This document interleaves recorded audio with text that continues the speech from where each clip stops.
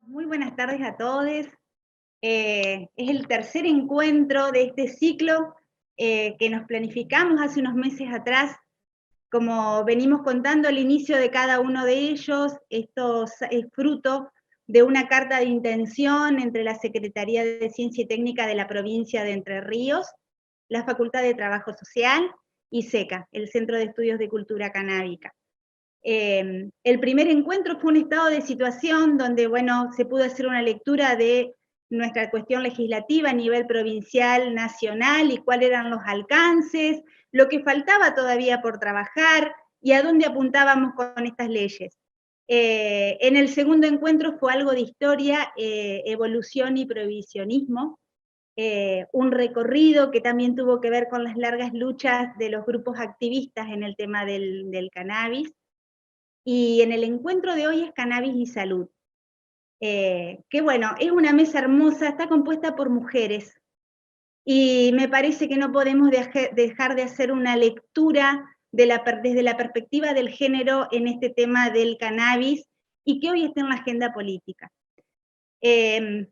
Mientras iban apareciendo las chicas de a una, que son todas muy interesantes y después que las escuchen hablar van a coincidir con lo que estoy diciendo,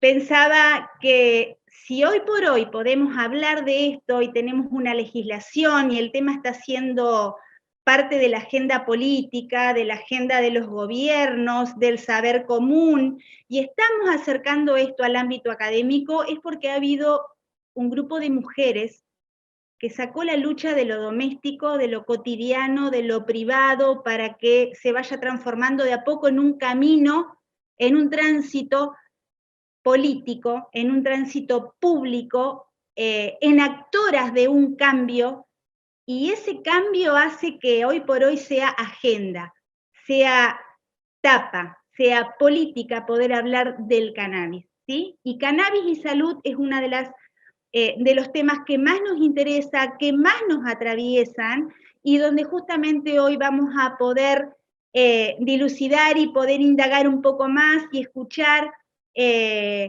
Analía, a Victoria, a Mariela, a Celeste, a Ana Laura, cada una desde su saber, desde su tránsito, desde su experiencia, lo que puedan compartir con nosotros, y desde ya que será un placer este momento. Así que la bienvenida a cada uno de ustedes, y bueno, ojalá disfrutemos todos de este encuentro. Le voy a pasar la palabra a Vicky, que Vicky va a ser hoy quien va a moderar, y bueno, un placer. Gracias, Ro. Muy buenas tardes a todos, todas y todes. Bueno, para mí es un orgullo y una emoción enorme poder ser la persona que modera este panel. Me presento por las dudas, soy María Victoria Vaca Paunero, soy abogada, soy especialista en política de drogas, salud y derechos humanos, e integro el Centro de Estudios de la Cultura Canábica. Pero lo más importante es lo que va a venir después de estas palabras, y voy a empezar por adherir absolutamente a todo lo que dijo Roxana Kinder, aplaudir que podamos tener un panel con esta perspectiva de género, que se puedan recuperar los recorridos y las luchas de las mujeres con relación al cannabis para la salud, que la verdad es que han tenido, tienen y creo yo que van a tener siempre un rol preponderante en las definiciones de las políticas públicas, en el impulso en los temas de investigación y en la relación entre las personas y el cannabis, aportando desde su lado todo aquello que es por un lado femenino y por otro lado todo lo que es rupturista en términos de género. Así que para mí es un orgullo enorme, y voy a presentar a la primera de las panelistas, que es la doctora María Celeste Romero. Ella es médica psiquiatra con posgrado en endocannabinología y terapéutica canábica. Es coordinadora del área de investigación y capacitación médica del Centro de Estudios para la Cultura Canábica y es docente universitaria. Celeste, todo tuyo.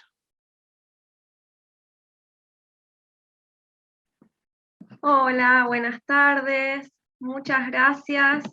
Muchas gracias a todos por la invitación. Gracias a quienes están del otro lado compartiendo con nosotras este espacio.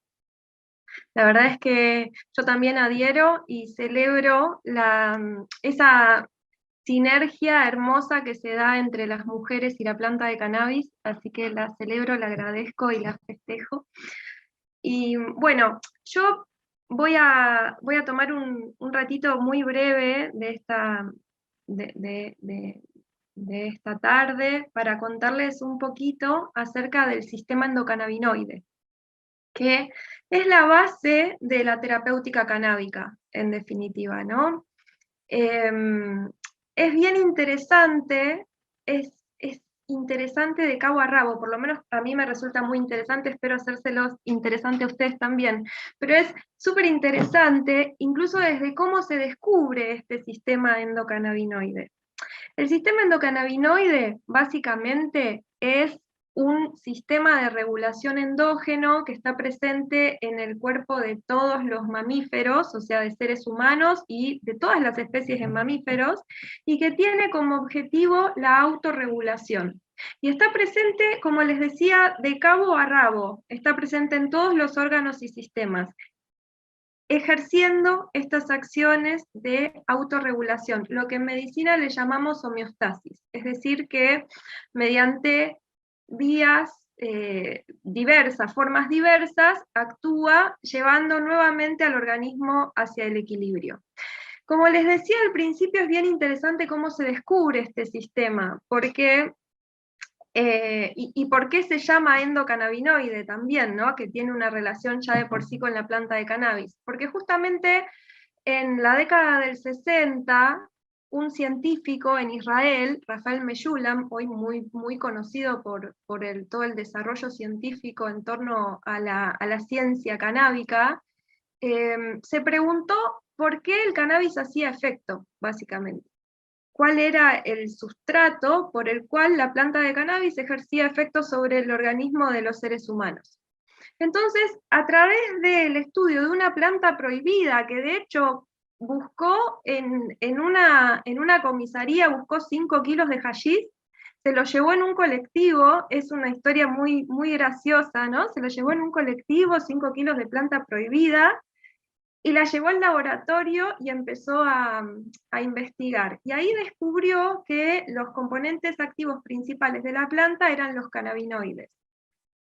Entonces, a partir de ahí empezó toda como una secuencia de investigaciones que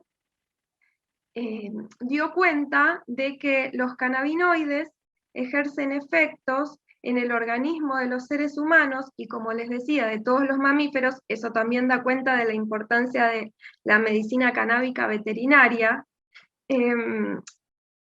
Particularmente ejerce sus efectos porque en todo nuestro organismo tenemos un sistema de receptores que son receptores de tipo cannabinoide.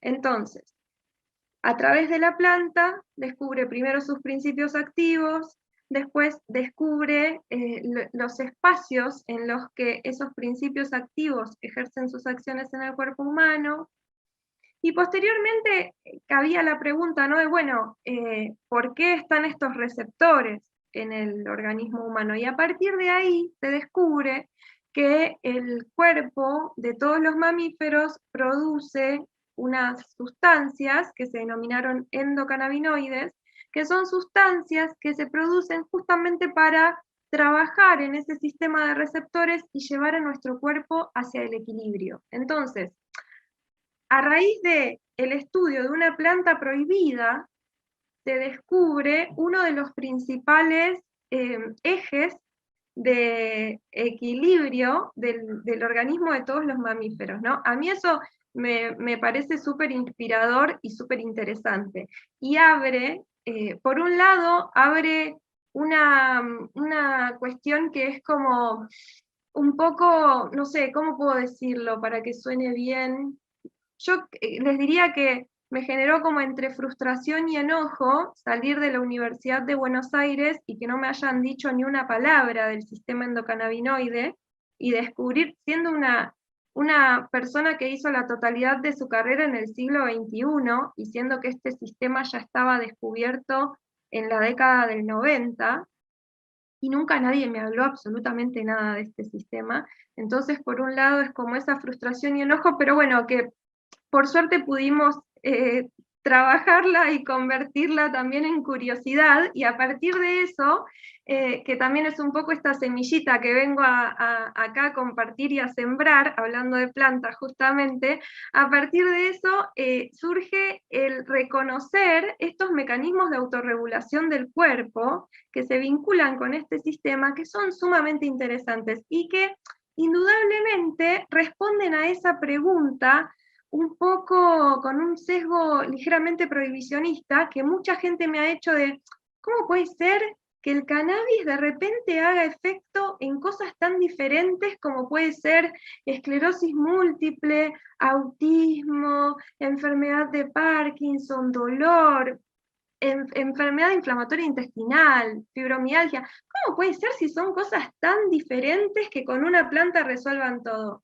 Y en verdad me parece que es bien interesante que podamos entender que no son cosas diferentes, que evidentemente si hay una respuesta a través de la planta es porque tiene que ver con un sistema endocannabinoide que obviamente a través de este estilo de vida que tenemos, que obviamente no solamente se trata de incorporar a la planta, sino también de revisar el estilo de vida que tenemos, pero de un sistema endocannabinoide que tiende a desequilibrarse y donde, por la similitud estructural que hay entre estas moléculas de endocannabinoides y las moléculas que produce la planta, gracias a la medicina de la planta podemos volver a regularlo. Entonces, no estamos actuando en cosas diferentes, estamos actuando en un mismo sistema.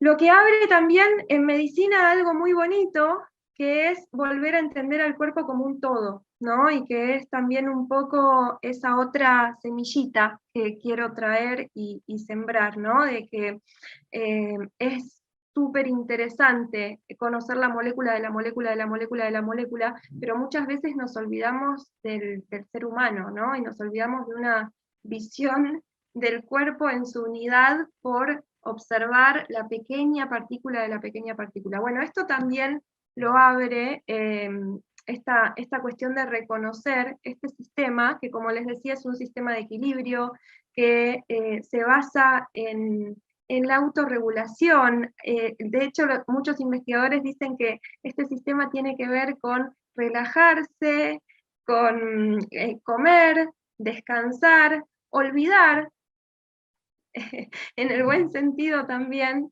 y proteger. ¿Por qué? Porque protege múltiples órganos y sistemas también. Y cuando este sistema se desequilibra, como les decía, contamos con la medicina de la planta, que, bueno, obviamente, como dice siempre mi querido maestro Marcelo Morante, esto es una medicina, un traje hecho a medida, ¿no? Es una medicina individualizada y también trae esa belleza, ¿no? De justamente la relación para la medicina individualizada. Así que, bueno, un poquito eso les quería contar sobre el sistema endocannabinoide. Les voy a dar paso a mis compañeras y después obviamente estoy a disposición para responder todas las preguntas que surjan. Bueno, muchísimas gracias a la doctora Romero, siempre es un gusto escuchar a Celeste. Y ahora tengo el enorme placer de presentar a la doctora Mariela Morante. Mariela es médica especialista universitaria en medicina interna, es certificada en cuidados paliativos y tratamiento del dolor, es coordinadora académica del curso de endocannabinología y terapéutica canábica de la Facultad de Ciencias Médicas de la Universidad Nacional de La Plata, y es directora del curso del rol del cannabis en la medicina moderna de FEMEVA. Mariela, un gusto escucharte.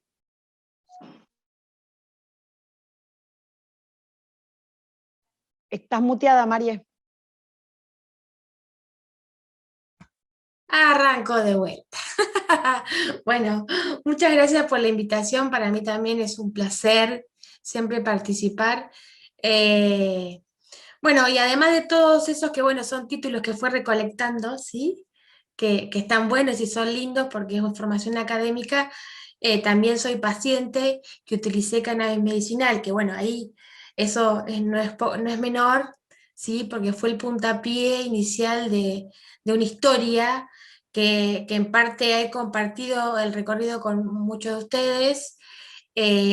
Para los que no me conocen, bueno, yo comenzó toda la historia, soy especialista sí, en dolor, pero también soy paciente que presenta lupus, ¿sí? Con afectación neurológica del lupus, y en algún momento, por ahí, por el año 2015, mi enfermedad se descompensó, ¿sí? Y estuve en una situación clínica bastante compleja, en la cual tenían convulsiones refractarias, que por ahí es bien conocido el uso del cannabis en las convulsiones refractarias por los nenitos, pero yo soy una versión adulta de esa situación. Y mi hermano, ella estaba en el estudio también del cannabis con un año de anticipación, no mucho más, pero vieron que yo siempre digo lo mismo cuando charlamos, que las casualidades no existen. En ese momento se logró, dentro de todas las terapéuticas que me instauraron, utilizar el cannabis como forma de tratamiento, como dijo Celes, dentro de mi marco clínico, dentro de lo que yo tenía desequilibrado en ese momento, ¿no? Un aporte de cannabis, y a mí, en ciertos puntos o aspectos o esferas de mi condición médica, me ayudó y mucho. Y de ahí que hay bueno, es conocido por ahí que mi pueblo, que es General La Madrid, que es un pueblo súper chiquitito, de 8.000 habitantes, como hablábamos con las chicas con anterioridad, surgió una empatía, no solo por mí, sino por un montón de pacientes que se sentían afectados por muchas dolencias, como cáncer, como enfermedades reumatológicas, miles de cosas, que empezaron a utilizar el cannabis como terapéutica. Y ahí hubo una cosa que por ahí parece extraña, que fue una comunión de una población entera, en la cual yo decía y nos reíamos que estaba de acuerdo el sacerdote, estaba de acuerdo el comisario, estaba de acuerdo la maestra, están todos de acuerdo, siguen estándolos, de que el cannabis era una muy buena medicina y que podía ayudar a un montón de pacientes. Y de ahí surgieron con los años un montón de cosas, y se ha llegado a lograr que incluso La Madrid sea uno de los primeros municipios que va camino a lograr un cultivo estatal, ¿sí? Para investigación y para ayuda de los pacientes. Eso por un lado, que quiero hacer un resumen porque en realidad siempre me toca, es la parte académica, pero bueno, todo tiene un principio, una semillita, como dijo Celes, de ahí arranca todo, y a mí me gusta nombrarlo porque creo que, como siempre digo, fue capitalizar desde una situación de dolor particular, familiar o de un pueblo empático, a una situación que ahora se puede generalizar y ayudar a un montón de personas, y yo creo que es lo más rescatable. Eso de la parte que para mí siempre digo que me cuesta un poquito y me emociona, porque no lo digo, lo repito y lo cuento, y siempre me vuelvo a emocionar de la misma manera. Pasaron los años y creo que va a seguir pasando el tiempo, y me voy a seguir emocionando de que sea así, de que tenga un pueblo entero atrás acompañándonos a todos, a cada uno de ustedes y a nosotros en este camino del cannabis medicinal. Eso por un lado, y bueno, y por el otro lado quería contarles y la experiencia con respecto al uso en el consultorio, ¿no? Con los pacientes. Y Celeste me da perfecta la cabida para que yo pueda decir que sí, que el cannabis medicinal tiene múltiples usos, justamente porque es un equilibrador, ¿sí?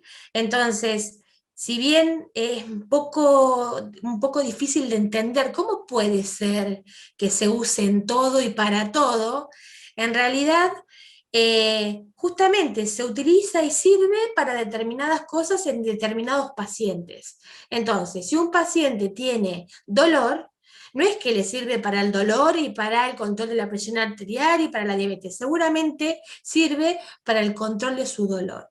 Si un paciente tiene autismo, le permite mejorar sus relaciones humanas y sus crisis a un paciente autista. O sea, la clave está en que es un sistema homeostático de equilibrio. Existe, y su acción es hacia aquello que está mal. Para hacerlo de una manera más simple, si un paciente tiene alteración del sueño, mejora el sueño. Si un paciente tiene alteración tiene dolor, mejora el dolor. El apetito. O sea, yo creo que ahí está la genialidad del cannabis. Tenemos receptores, como dijo Celes, en todo el cuerpo, y va a ayudar o va a activarse o a accionarse cuando el organismo, que es súper sabio y todos lo sabemos, considere que algo está mal. La medicina tradicional o alopática que utilizamos hace tantos años actúa de una manera específica y en determinado momento. No importa si, o sea, por ejemplo, uno toma ibuprofeno y actúa si tiene dolor o no tiene dolor. Va, lo toma y está. En cambio, el cannabis no. El sistema endocannabinoides únicamente se activa si existe una situación para poder solucionar. Ahí está lo bueno y lo específico y lo que lo diferencia de otras terapéuticas, ¿sí? Entonces, por ahí para aquellos que no entienden cómo puede ser que el cannabis es como dijo Celes, para la esclerosis múltiple, para el dolor y cáncer, para la fibromialgia, para los dolores menstruales, para la enfermedad de Tourette, o sea, no se entiende, ¿no? No se entiende, pareciera no entenderse. Pero lo fascinante sería que todos los que podemos nos investiguemos cómo es el mecanismo, porque existe un mecanismo por el cual funciona, ¿sí? Y mejora aquel síntoma o signo que afecta la calidad de vida del paciente. El cannabis es una terapéutica que es como yo siempre digo, bueno, por ahí, porque tengo una orientación paliativista, es muy buen paliativo y para mí tiene mucho valor, porque para mí tiene mucho valor la calidad de vida de las personas. ¿De qué me sirve vivir si yo vivo mal? ¿Sí? Entonces, a eso apunta. La medicina canábica lo que hace es mejorar la calidad de vida en la condición que sea de cada paciente. Obviamente que siempre resalto, y me lo han escuchado decir varias veces, que tiene que ser con acompañamiento de las personas que sean idóneas en eso, ¿sí? Yo siempre, y le he invitado a hacerles, porque me consultan muchos pacientes con trastorno de ansiedad o depresión para utilizar cannabis, y yo realmente lo podría hacer porque conozco mucho el sistema endocannabinoide, pero me parece que se les sabe mucho más de eso.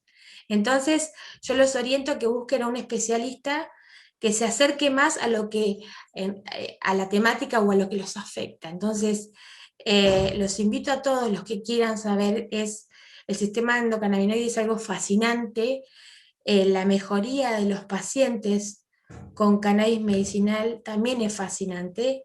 No existe magia, ¿sí? No existe magia. Acá hay un sistema endocannabinoide, es algo de la naturaleza, ¿sí? Que lo tenemos en el cuerpo y hay una planta que es también de la naturaleza, ¿sí? Que nos puede ayudar. Porque todos como que no creen o descreen la rama científica dura, ¿no? Pero porque creo que nunca se sentaron a leer, porque como dice Celes, no nos enseñaron en la facultad, nunca, jamás, de esto que estamos hablando ahora. Entonces, lo que no nos enseñan en la facultad, los médicos somos como medio cerraditos, y creemos que si no lo podemos, no lo estudiamos, o no lo vemos claro, o no hay evidencia científica, no existe. Y no es así. No es así. Hay que bajar un poquito el ego y ver que los pacientes en esta temática justo fueron ellos quienes nos plantearon a nosotros que realmente se sentían mejor con el cannabis, y hay que escuchar. Hay que poner el oído y decir, bueno, si a vos te hace bien algo y yo no sé por qué te hace bien, me pongo a estudiar y veo a ver si te hace bien a vos y puedo ayudar a su vez a otros pacientes. Yo creo que va por ese lado.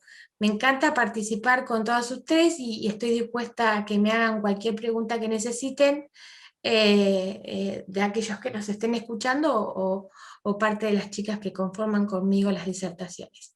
Bueno, les dejo un besito a todos. Gracias, Mariela. Siempre aprendemos escuchando a Mariela. Un gusto. Bueno, vamos a las ciencias duras. Me diste pie para presentar a la siguiente expositora, que es la doctora Analía Reynés.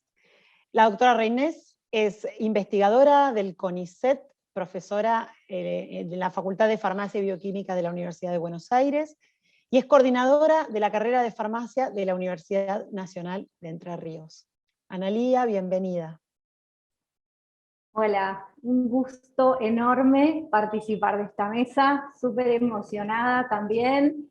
Así que bueno, como vos decís, Victoria, que vengo de las ciencias duras, bueno, preparé una presentación, porque es como una deformación de las ciencias duras, ¿viste? Es así. Así que nada, si todo sale bien como lo planeamos, te las voy a compartir, pero espero ser dinámica y rapidito. Les quiero contar, ¿sí? A ver si se ve, y ahí me dicen ustedes si se ve. A ver, ya voy. Ahora lo ven. Perfecto. Bueno, yo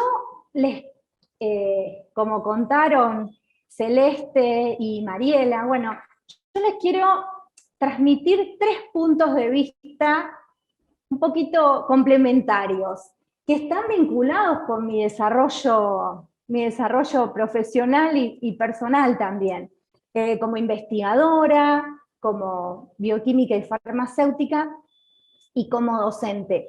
Y en estos 3 aspectos les quiero dejar una reflexión.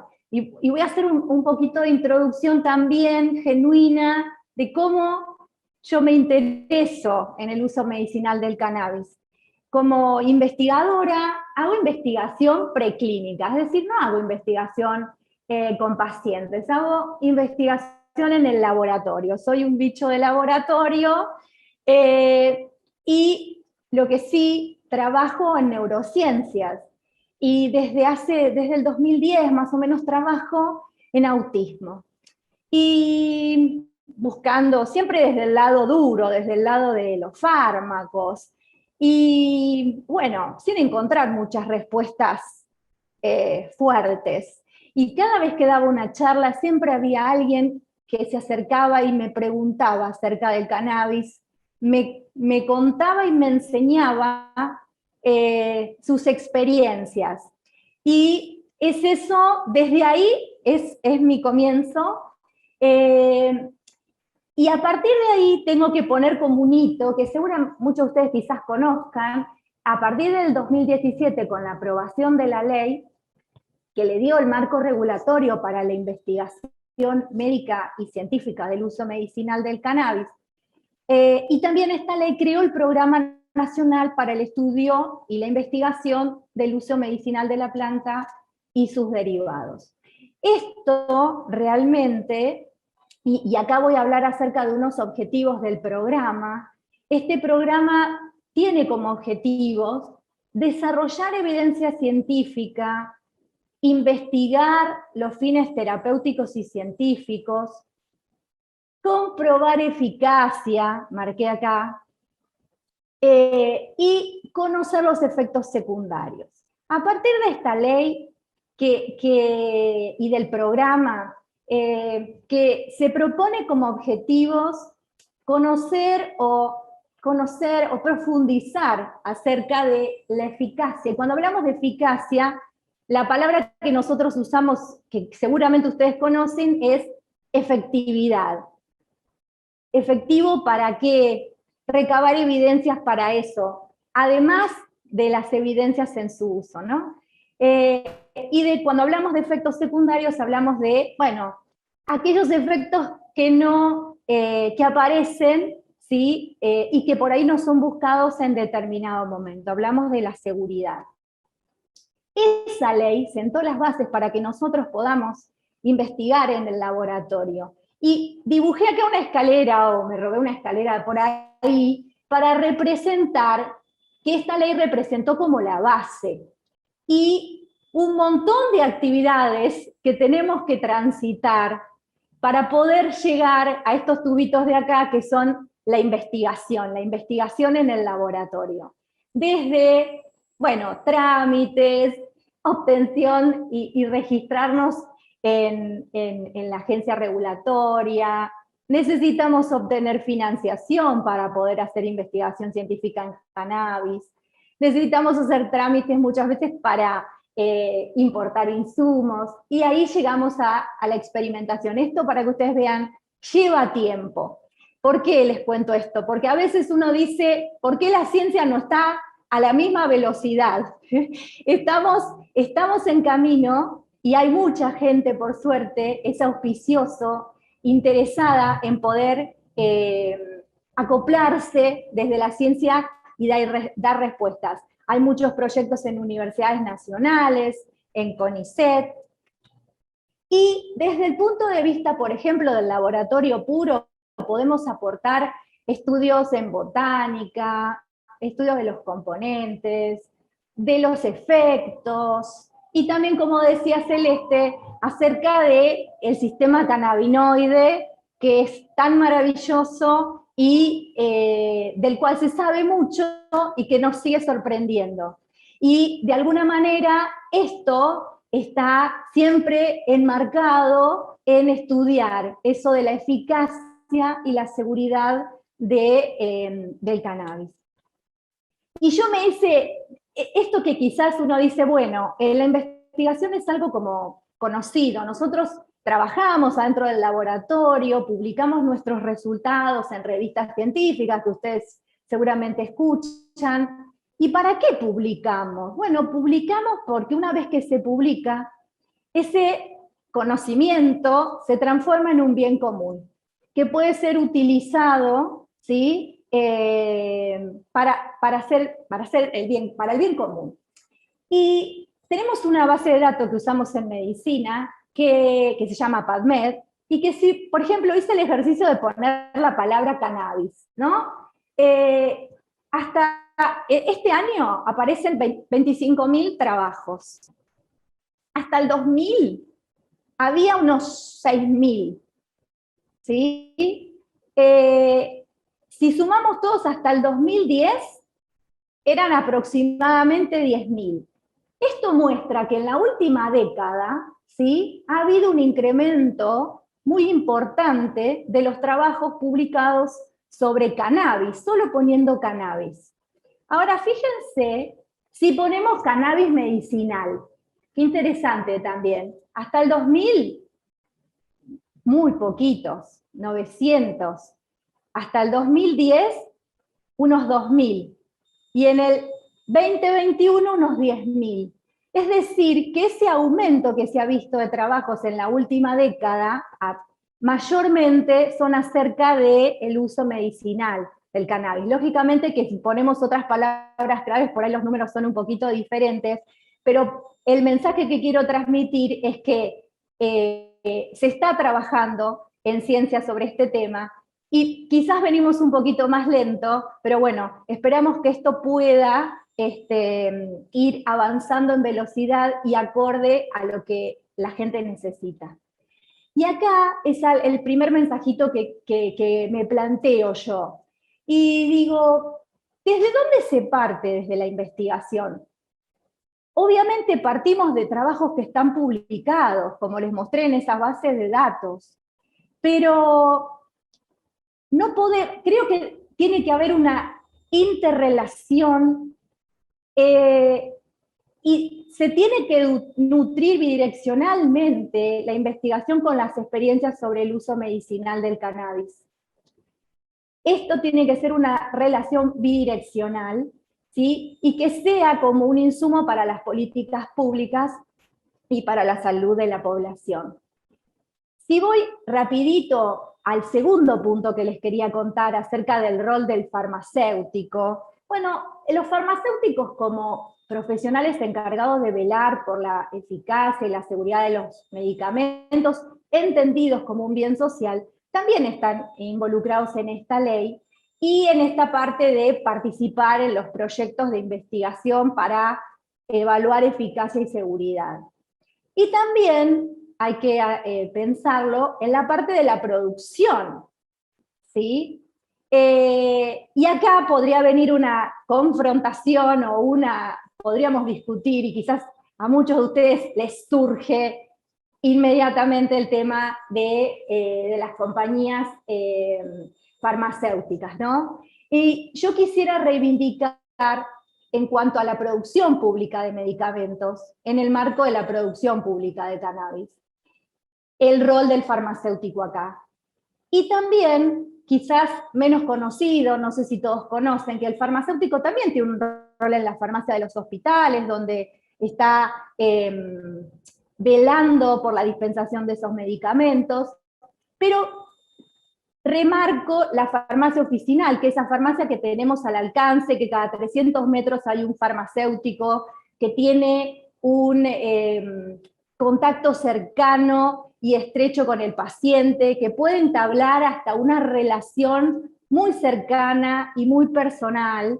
Y es acá donde yo creo que estos espacios de interrelación que tenemos que lograr entre la ciencia y las experiencias de uso medicinal, creo que con el farmacéutico se podrían llegar a acercar esos espacios donde combinar la práctica del profesional del farmacéutico y la experiencia del uso medicinal del cannabis.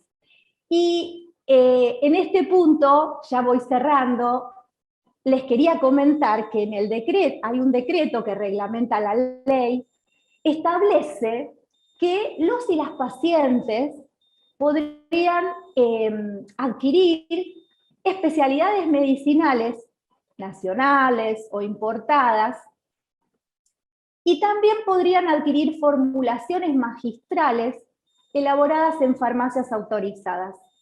Y esto es aquí lo que sería la farmacia oficinal, ¿no? Entonces, voy rapidito, la especialidad medicinal es lo que todos conocemos, que ya viene en la cajita, el frasquito, ¿sí? Y la formulación magistral es esto que va a preparar el farmacéutico, donde podría colaborar en la estandarización, en la estabilidad, etc. Y de esta manera, lo que yo creo es que en esta interrelación, ¿sí?, entre el farmacéutico y el uso de cannabis medicinal, se establece algo muy interesante, que podría ser que hubiera mayor acceso a más personas del cannabis medicinal. Se reivindica al farmacéutico en el sentido de que el medicamento fitoterápico de aquella herboristería clásica había desaparecido, y creo que acá la planta viene a traer también ese espacio, y viene a acercar este espacio, ojalá que así sea. Y planteo como una posibilidad cómo de alguna manera el farmacéutico también podría colaborar acerca de la determinación de principios activos o información sobre estabilidad en preparaciones de autocultivo. Esto quizás es muy interesante y es un punto para analizar. Y lo último, muy rapidito, que es en cuanto a la docencia, y acá hay que, la formación de los profesionales de la salud, como también mencionaron Cecilia y Mariela, y la importancia, porque si no las ciencias duras es esto de que como no está en mi programa de formación, no existe. Entonces, contarles que existen 3 universidades que ya tienen programas sobre cannabis medicinal en las carreras de grado: Córdoba, La Plata y la Universidad del Sur, si no me equivoco. Hay gran oferta de cursos de posgrado. Y acá, por ejemplo, con lo que les conté, capacitar a los farmacéuticos, informarles, que se informen, y también, si esto va a ser lo de las preparaciones y las formulaciones magistrales, hay que capacitar para que los farmacéuticos puedan tomar ese rol, ¿sí? Y obviamente también lo pensamos en aquellos usuarios de cannabis medicinal, en diferentes conocimientos que pueda tener, ¿sí?, los profesionales de la salud, y yo les estoy hablando en este momento del farmacéutico, como la botánica, la química de los principios activos, etc. Y para cerrar, me quedo con 2 cosas, que es que estamos interpelados los profesionales de la salud en cada una de las áreas de incumbencia, sea la investigación, el ejercicio profesional o la docencia. Cada uno tiene que asumir su rol social para el uso medicinal del cannabis, cada uno en la partecita que le toca, enfermeros, cada uno en la parte que le toca. Y acá digo algo, que yo creo que las iniciativas como la diplomatura son una oportunidad y un espacio, estos espacios de interrelación que decía yo y que trataba de buscarle como una continuidad, donde poner en marcha ese círculo virtuoso del conocimiento del cannabis medicinal. Así que bueno, espero no haberme pasado mucho. Muchas gracias. Excelente, Analía, muchísimas gracias. Hablaste de docencia y me das pie a presentar a nuestra última disertante de hoy, que es Ana Laura García Presas. Ana Laura es licenciada en Sociología por la Universidad de Buenos Aires, es magíster en Estudios Sociales Agrarios por Flaxo, es profesora asociada ordinaria de Antropología en la licenciatura de Enfermería de la Facultad de Ciencias de la Salud de la UNER, y es directora de Asesoramiento y Desarrollo Curricular de la Secretaría Académica de la Universidad Nacional de Entre Ríos. Bienvenida, Ana Laura. Bueno, muchísimas gracias, Victoria, y bueno, buenas tardes, buenas noches a todos, a todas y a todes. Yo en primer lugar quiero contarles que a mí me pone muy contenta estar en este espacio y en este proyecto que apuesta por la creación de una diplomatura en cannabis desde la universidad pública, que como ya comentó Vicky, me atraviesa desde distintos lugares, y en articulación con organizaciones sociales, la veo a Vicky misma, la veo a Luis también, y el Estado, ¿no? Impulsando esta propuesta. En segundo lugar, déjenme un segundito también que le agradezca muy especialmente a quienes me han invitado, a Sandra Arito, a Alfredo Romero y a Roxana Kinder, por parte de la Facultad de Trabajo Social, y a Victoria particularmente, que luego de unas conversaciones que mantuvimos me dijo que quería que estuviera en este espacio. Con todes, y con las compañeras que me antecedieron en este encuentro y en los anteriores, creo que se ha construido un diálogo muy comprometido y muy emotivo, que ha ido hilvanando nociones que son muy significativas, vinculadas al derecho a la salud y a la ciudadanía, al rol de la universidad en la formación de profesionales, hoy apareció varias veces, a la formación de profesionales que atiendan a los padecimientos de las personas en lugar de reproducirlos, y también con el rol de la universidad en la cogeneración y en la transmisión de saberes que se producen en distintos lugares y por distintos actores, y no solo en la universidad. Todos estos temas que además de urgentes y necesarios, como decía recién, bueno, reúnen gran parte de mis intereses y de mis espacios de participación. La lucha por la construcción de la ciudadanía en salud, por la universidad pública, y por otorgar voz a quienes no la tienen, particularmente en el campo del cuidado y de los padecimientos, en un registro, digo, a la vez político y disciplinar, ¿no? Propio de mi disciplina, que es la sociología y la antropología. Así que bueno, muchas gracias. Además de todo esto, yo quiero aclarar que no soy especialista en cannabis, pero que sí trabajo con muchas de estas temáticas vinculadas a ciudadanía sexual y reproductiva, a derechos en salud, y básicamente en la formación de los profesionales de la salud desde una mirada que atienda a los padecimientos, y que sea sensible a las prácticas y los saberes de las personas que atraviesan esos padecimientos. Entonces, desde ahí es que nosotros trabajamos, o la propuesta es trabajar sobre la reflexión crítica sobre todos estos procesos vinculados a la salud, a la enfermedad, a la atención, al cuidado, y la implicancia en la práctica profesional de los profesionales de la salud, ¿sí? Valgan las redundancias. Así que bueno, en este marco se inscribe mi participación en este panel, y espero que más adelante también en la diplomatura. Y la propuesta es, bueno, eso, plantear algunos conceptos que nos permitan entender la enfermedad no como una entidad meramente biológica, sino también reconocer las distintas experiencias subjetivas de estos padecimientos y las distintas estrategias que despliegan las personas y sus familiares para vivir, convivir y gestionar los mismos, ¿sí? Hay un antropólogo argentino que a mí me gusta mucho y que tuvo que exiliarse durante la última dictadura en México y reside ahí desde aquel entonces, que se llama Eduardo Menéndez, y que plantea esto que decía recién, que las enfermedades no son meramente biológicos, pero dice que si no, vendrían a ser como unos espías de las contradicciones del sistema. Y en ese sentido él propone usar esta noción más amplia de padecimiento, que permite registrar toda una serie de problemas sociales, culturales, económicos y políticos que se encuentran detrás, a través, debajo y sobre los padecimientos y los y las sujetos y los grupos sociales, ¿no? Y creo que esta temática claramente tiene todo eso, digamos, a juzgar por los temas que han ido apareciendo, las discusiones, las preguntas, no solo en las participaciones en particular, sino dentro de cada una de las participaciones, ¿no?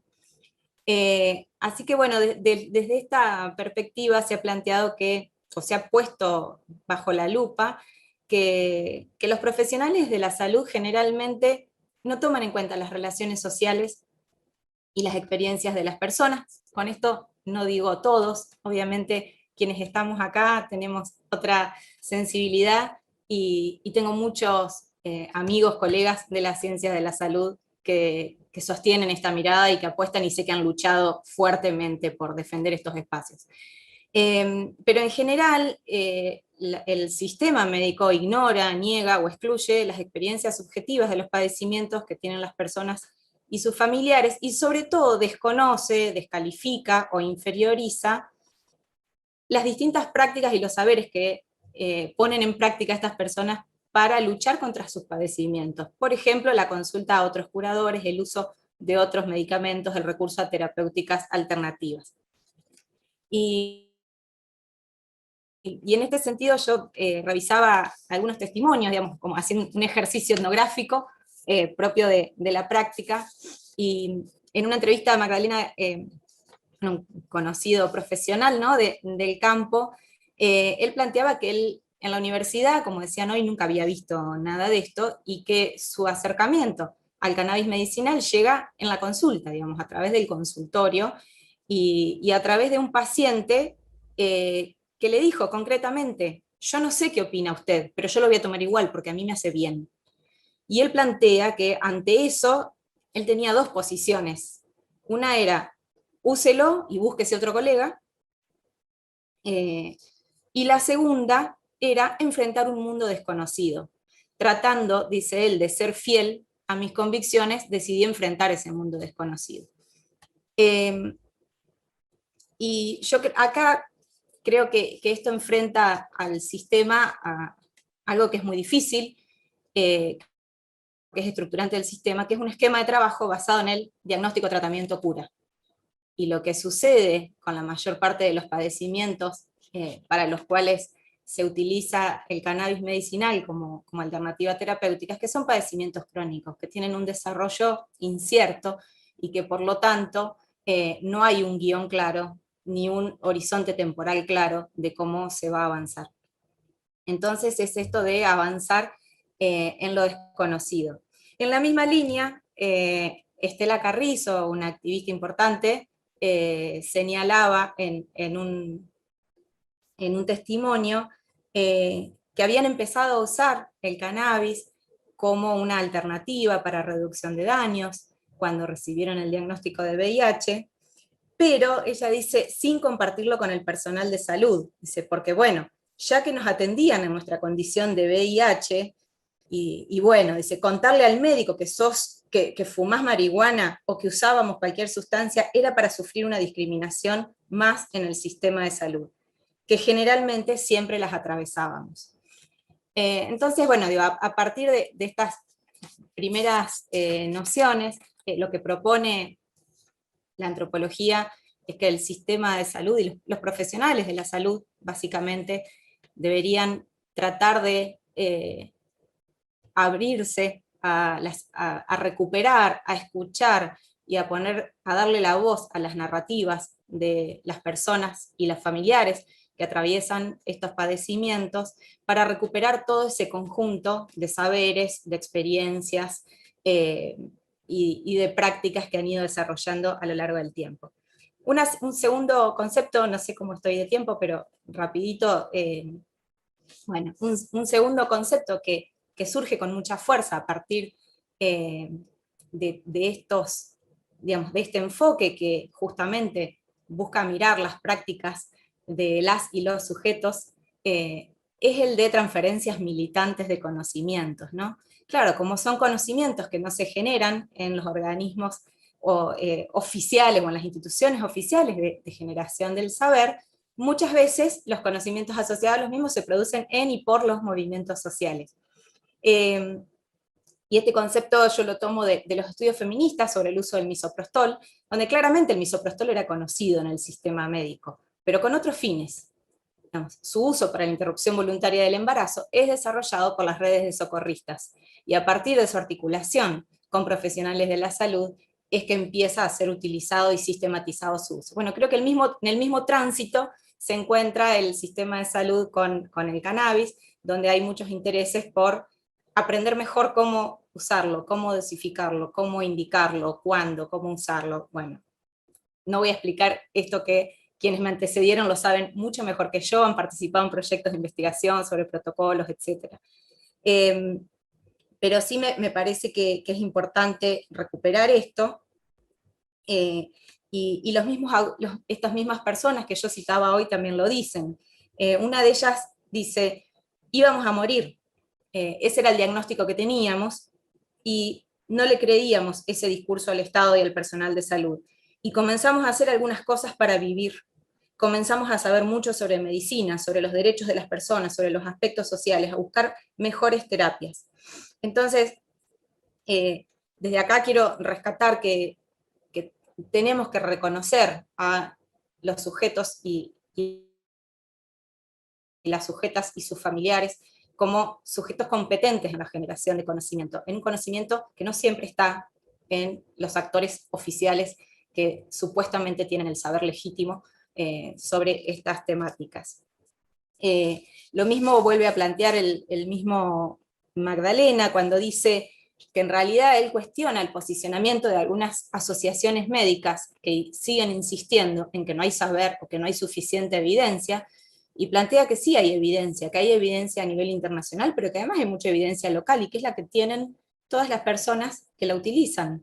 Que quizás lo que falta es mayor sistematización, pero sé que hay una responsabilidad en la generación de ese saber, de esa evidencia.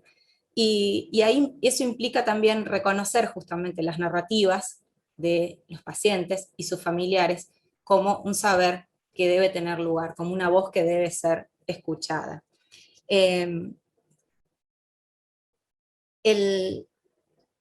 dice también en otra parte de este testimonio, dice, generalmente el paciente es un sujeto pasivo al que nosotros le decimos lo que tiene que hacer y seguir cierta indicación terapéutica, y acá viene una demanda social y está en nuestra manera asumirlo como tal. Decir, no sé, pero los acompaño y vamos a ver, porque sé que es útil, porque sé que la evidencia está, y acompaño y transito en ese conocimiento, en esa generación del conocimiento, ¿sí?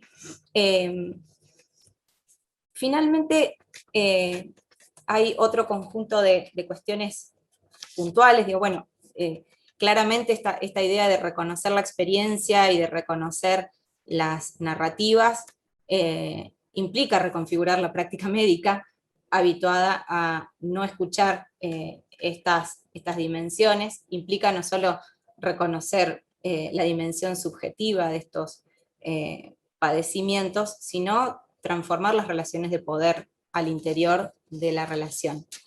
Pero también implica, y con esto cierro, transformar las relaciones con otros profesionales, con otras profesionales del mismo campo de la salud. Y ahí tienen lugar procesos también, digamos, así como se estigmatiza y se dejerarquiza y se inferioriza a aquellos grupos y personas que recurren a terapéuticas alternativas como es el cannabis medicinal, lo mismo sucede entre los profesionales y las profesionales de la salud. Y ahí se dan estos procesos de discriminación que, por ejemplo, este médico dice que muchas veces lo han llamado como, ¿qué tal doctor Porro? Y él plantea, y yo les respondería, ¿qué tal doctor Anfeta? Pero bueno, claramente lo que quiero o quería señalar, no sé si se termina de entender, pero bueno, lo que quisiera dejar como aporte y como primer paso en un campo que es sumamente rico, complejo y daría para hablar muchísimo, es que los padecimientos son mucho más amplios que un proceso biológico, que implican y abarcan todas estas dimensiones de la vida, de lo social y de lo político, y que implican por sobre todo fuertes relaciones y luchas de poder. Así que bueno, eso por ahora. Muchas gracias. 1.000.000 de gracias, Ana Laura. Bueno, para mí fue un gusto, un placer, disfruté enormemente, me emocioné, aprendí, bueno, muchos verbos pude realizar en esta jornada. Voy a ir con las preguntas del chat, si les parece bien. Tengo una para la doctora Celeste Romero, de Jessica, que primero mandó 2 mensajes, Jessica. Hay uno que dice que tiene muchísimas dudas y preguntas especialmente sobre el sistema endocannabinoide, pero efectos a nivel de cada órgano, pero principalmente consultas sobre los efectos adversos del cannabis relacionados con la psicosis y los ataques de pánico. Así que Cele, te cedo la palabra a ver si podés explicar un poquito cómo impacta. Buenísimo. Bueno, gracias. Bueno, aprovecho antes de responder para agradecer por todas las exposiciones que me gustaron mucho. Así que, qué lindo. Bueno, rápidamente. Buenísimo, Jessica, que tengas muchas dudas porque se abren muchas dudas y es necesario tener dudas para sentarse a estudiar este tema que es realmente muy amplio. Así que bueno, te invito a que puedas ahí como también impregnarte de estos espacios de formación. Bueno, va a haber una diplomatura y creo que está buena como esa curiosidad, que esa curiosidad te motive para investigar y saber más. Ahora, particularmente con esto de la psicosis, los ataques de pánico y demás, me gustaría aclarar algo, que es que a veces nos relacionamos con la planta de cannabis como si existiera un solo tipo de cannabis, ¿no? De hecho, hay también como un reduccionismo en relación a que muchas veces nos relacionamos al cannabis como si solo estuviéramos hablando de THC o si solo estuviéramos hablando de CBD, y en verdad cuando hablamos de cannabis hablamos de un montón de componentes, ¿no? Y cuando hablamos de la planta de cannabis hablamos de un montón de tipos de plantas. Básicamente, a mí me gusta usar una clasificación que la tomo del doctor Ethan Russo, que divide a las plantas en 3 quimiotipos. El quimiotipo 1 es un perfil de planta que es más enriquecido en THC, el quimiotipo 2 es un perfil de planta que está más equilibrado en la relación entre los cannabinoides THC y CBD, y el quimiotipo 3 es un quimiotipo que está más enriquecido en CBD.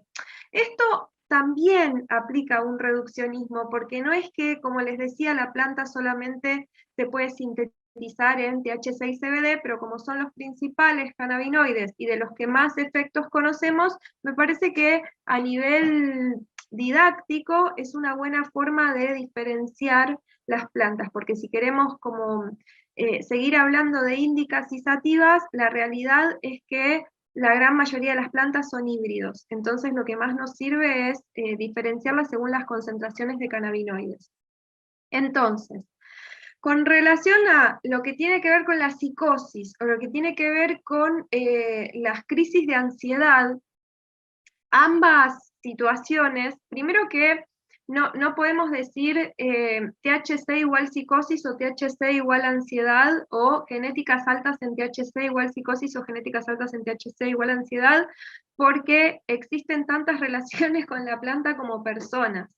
Pero sí me parece que es interesante tener en cuenta que las genéticas que tienen alto contenido de THC pueden tener efectos ansiogénicos. Esto también depende bastante de la dosis, pero sí pueden tener efectos ansiogénicos, y también pueden tener efectos en individuos particularmente sensibles a la molécula de THC, que no todos los psicóticos son sensibles a la molécula de THC, no todas las personas con diagnóstico de psicosis, discúlpenme, no, me parece que no está bueno hablar de los psicóticos, sino las personas con diagnóstico de psicosis.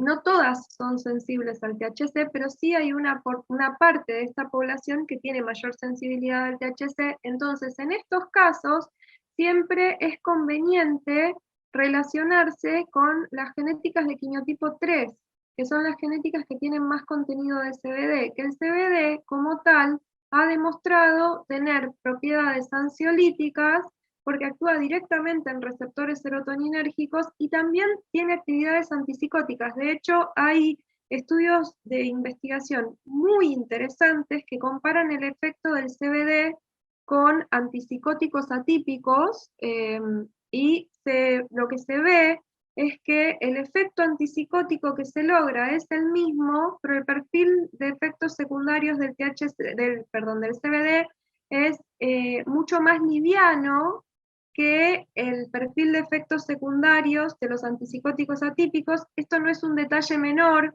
porque hay una cuestión que tiene que ver con los efectos a nivel metabólico, los efectos que tienen en el cuerpo en relación también a lo motor, los antipsicóticos, principalmente lo metabólico, y hacen que muchas personas interrumpan sus tratamientos. Bueno, esos efectos secundarios no se vieron en las personas tratadas con CBD, y además de eso, esto es bien interesante, lo que se vio es que en las personas tratadas con CBD, además de resolver clínicamente la situación, la manifestación psicótica, lo que también se producía era una elevación en el nivel de anandamida, una elevación del tono endocannabinoide. Eso no sucedía en las personas que eran tratadas con antipsicóticos atípicos, o sea, antipsicóticos.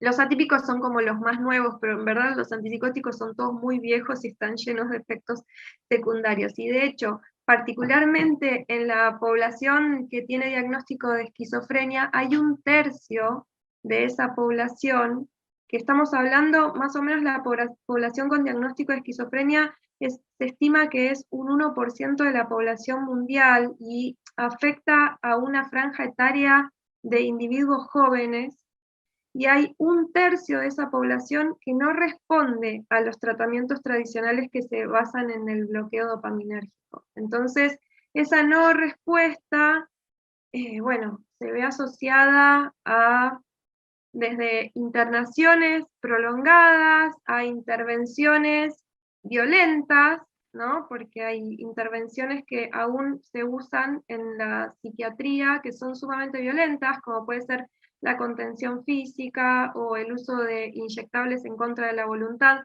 Se entiende que la justificación es que porque la persona está en una situación de riesgo cierto e inminente, pero eso no quita que son intervenciones violentas. Y también incluso son situaciones en las que en muchos casos se llega a tratar a las personas con terapia electroconvulsiva, que es una terapia que tiene efectos secundarios que no son para nada menores, por ejemplo, efectos secundarios a nivel de la memoria, y también que simbólicamente es una terapia muy agresiva. Entonces, bueno, se abre algo que podría estar hablando toda la tarde y no les quiero marear con esto, pero realmente es bien interesante y me parece que está bueno esto de salir del reduccionismo, de pensar que cuando hablamos de la planta de cannabis estamos hablando de un solo tipo de planta, y que en este sentido, como decía Marie, También me parece importante esto de que ya hay muchas personas capacitadas para acompañar en el uso, y en estos casos es importante, me parece, contar con acompañamiento, ¿no?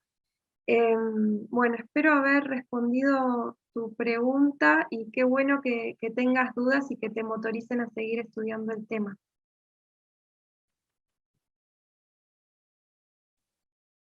Muchas gracias, Celes.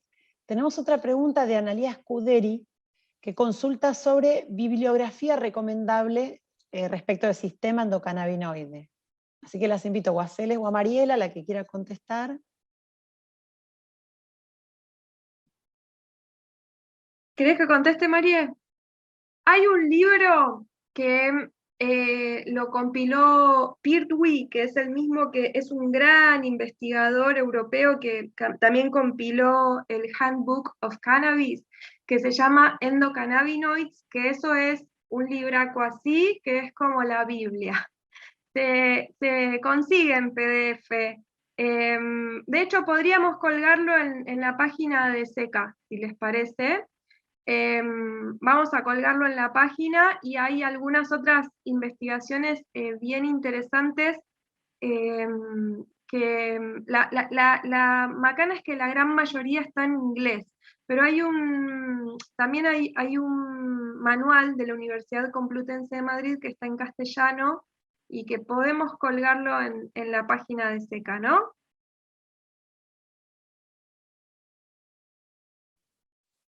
Excelente, muchísimas gracias.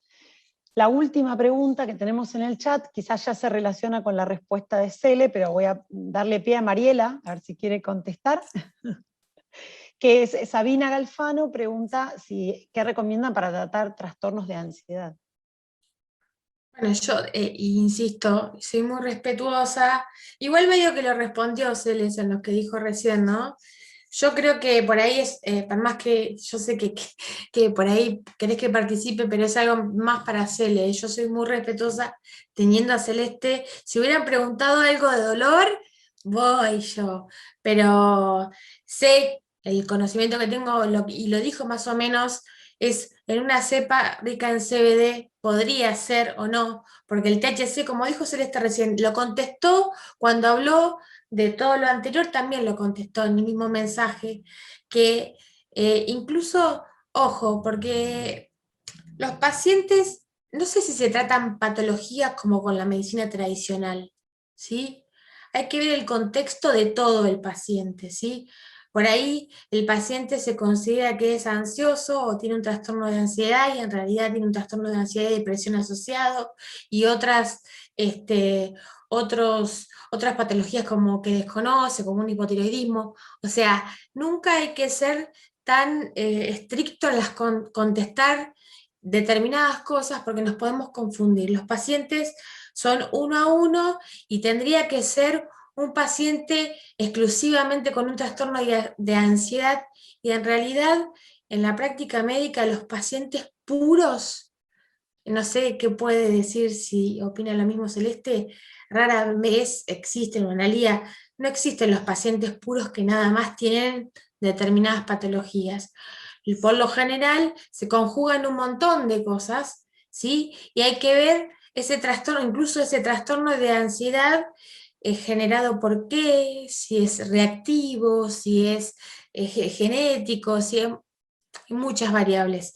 Entonces yo voy a contestar algo, o se les puede llegar a contestar algo, y en realidad estamos obviando ciertas cosas del paciente que hay que evaluarlo uno a uno. Por eso a mí no me gusta, cuando me consultan preguntas muy específicas, contestarlas tan así como cerradas, porque después por ahí van a la consulta médica y yo veo que abro un espectro mucho más amplio, y termino preguntándole hasta si tiene perro o gato, que puede ser hasta un factor ansiolítico, ¿entienden? Entonces va mucho más de una respuesta concreta, pero sí, en teoría, ¿sí? Sería una cepa rica en CBD o en CBN, pero no se puede responder así tan estrictamente como decir para una faringitis está bueno la amoxicilina 500 miligramos cada 8 horas. No aplica el cannabis medicinal de esa manera, pero es una apreciación personal y creo que compartimos en la mesa. Clarísima, Mariela. Bueno, muchísimas, muchísimas gracias. Ro, creo que no tenemos más preguntas en el chat, así que podemos ir cerrando, y en ese caso quiero cerrar desde SECA con un agradecimiento profundo y enorme de corazón a las 4 grosísimas participantes que hemos tenido en el día de la fecha, deseando con toda el alma que formen parte de esta diplomatura que vamos a hacer, o sea, que esta sea la primera vez que las ven en UNER, pero de acá en adelante en este espacio tengan recién sea el puntapié inicial de un recorrido muy largo, muy extenso, y que se pueda aprovechar esta interrelación, como decía Ana Laura, que es súper rica, súper importante. Así que sí, vamos por la diplomatura, y muchísimas gracias. Gracias.